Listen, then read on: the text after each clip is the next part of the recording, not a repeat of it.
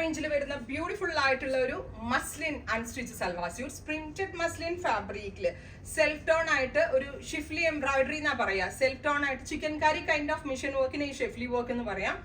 Muslin ആണ് fabric use ചെയ്തിരിക്കുന്നത്. All over print വരുന്നുണ്ട്. പ്രിന്റഡ് ദുപ്പട്ടയാണ്. ആൻഡ് ദുപ്പട്ട ഓൾസോ മസ്ലിൻ ആണ് യൂസ് ചെയ്തിരിക്കുന്നത്.